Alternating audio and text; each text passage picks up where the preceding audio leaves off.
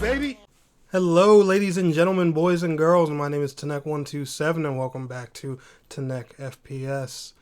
And in today's video, I got a really interesting one I want to share and talk to you guys about because this keeps being brought to my attention. So I figured, it was time that we had a little bit of story time when it comes to the game Hypercharge Unboxed and myself, Tanek FPS, aka Tanek127 Gaming. Now, some of you guys here on my shooter channel are obviously, new to me, the name I have, the brand I've started, and stuff like that. But this is not my only YouTube channel. I have another channel that's now based 100% on console MMO and RPG and MOBA games and stuff like that called Tanek127 Gaming.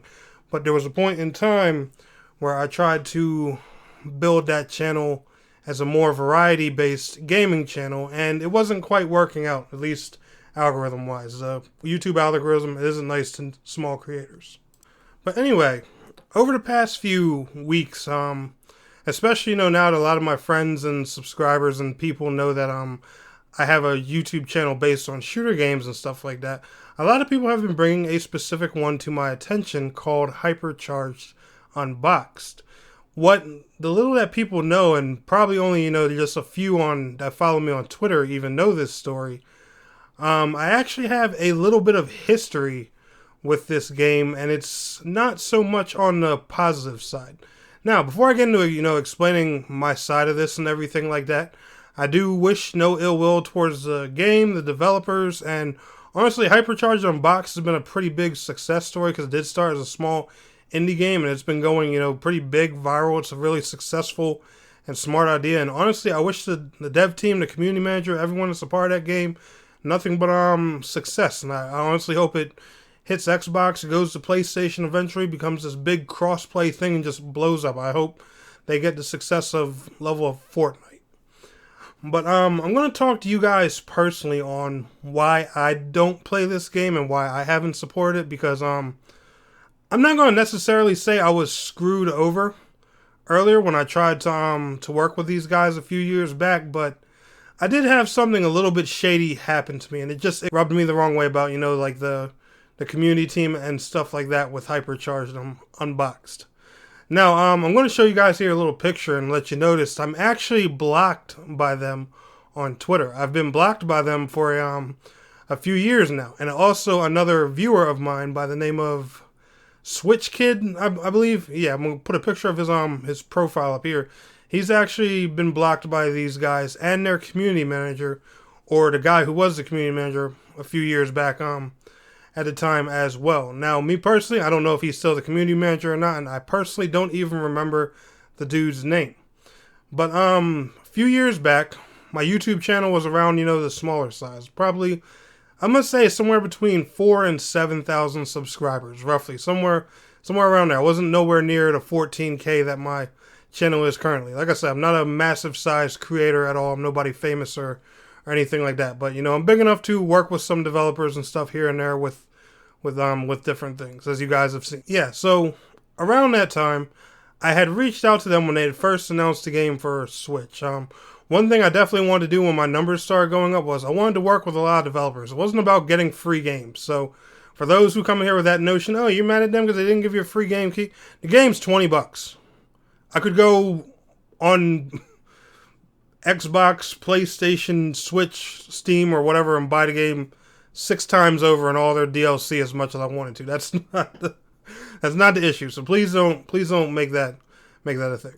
But I started, reaching out to more developers, trying to get game keys, do sponsored content, and, build relationships with devs. So that way, it would help my reputation as a content creator. Getting developers to trust you is one thing you want to do, especially as a gaming creator. You want to be reliable to your viewers, but you also want to, build that good relationship with developers. You want honesty on both ends at the end of the day. That's personally what I believe in. I love and respect developers, but also when it comes to games and I don't like something, I speak my mind about it 100%. That's how it goes. And if I ever get a piece of sponsored content that's not going to let me speak my mind, I'm not accepting it. That's just that's how it is. But I had asked, to be on their press and review key list and everything. I hit up the community manager. I believe his name was Joe, if I'm not mistaken. I'm not sure. Like I said, I don't remember his name quite well. It's been years, and like I said, there's no hard feelings about how this happened or anything like that. But yeah, when I had said, I wanted to be on the review key list or whatever, they said, hey, Tanek, and they responded. They said, yeah, cool. We'll let you know when the game releases. Hit me up back, close to launch and stuff like that. So, I'm just keeping my eyes on the game, stuff like that. Months go by. And, the game's getting bigger. It's getting more traction. And I'm saying to myself, and, it's really cool that I can actually be a part of this. This game's getting kind of big, getting popular. People are going to notice it. Maybe this will help my channel out a little bit. Comes time for the game to launch. I email about getting a game key and stuff like that and doing a review on it. Email's ignored. I'm like, okay. So I try to reach out via Twitter, hit him up on his community manager page, his own Twitter, and also I try hitting him up via the actual Twitter, because a community manager, they can have a Twitter to themselves. They can also have a Twitter based on the game. But I was just trying to reach out to the guy, say, hey, what's up with the review key? I would love to do sponsor content for you guys, and especially since the game was growing, I was excited about it. I literally just kept getting ignored, and this dude, Switch Kid or whatever, he would see when I would tweet at them occasionally, and just asking about to say, hey, check your DMs or whatever. And eventually, I just became blocked. And the Switch Kid guy, when he had told me, he was like, hey, did I do something wrong? The developers of the game blocked me. And I said, no, they actually blocked me too, and I don't understand why. And I had attempted to email the community manager, I think once or twice after that. I think there was one time where they had said he was going to try and find out about getting me a key or something, but after that, I just never heard anything else. And I just got blocked on everything. And I guess blacklisted by the company. Now, the whole thing is, like I said, it's not about getting a free game or a review key, because the game doesn't cost much. It's an indie game that runs you about, I think, 20 or 30 bucks. It's nothing expensive, crazy, or serious. Even if it was 60, who cares? Like I said, it's not about the review key. It's just, that whole lack of honesty and how it was handled with me personally. I really wasn't okay with that. And, me personally, I understand I'm a small creator. So if I'm too small to be given a review key for a certain game, tell me. My feelings aren't going to be hurt.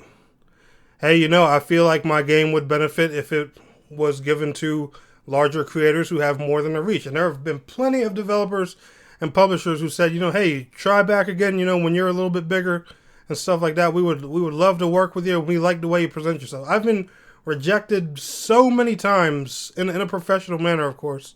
And I've even been given advice by some publishers of how to make my content better. So trust me, I'm no stranger to that.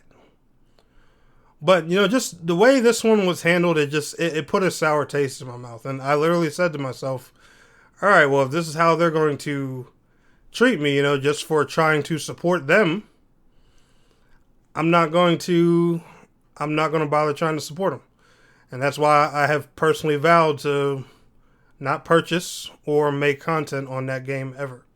But anyway, guys, I just want to share this story with you because I know I'm a shooter channel. The question will probably come up, so I'm pretty sure somebody will be interested in Hypercharge Unboxed and wonder why, I don't cover it or make anything like that. I've told the story to a few friends, but, a lot of people have asked me lately, so I just figured I'd make a video on it. Like I said, no harsh feelings to the people that created the game.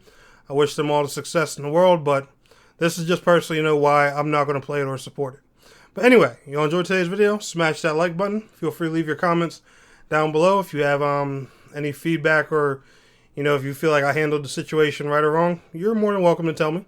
I'll see you all in the next video. Peace out. Have a good one.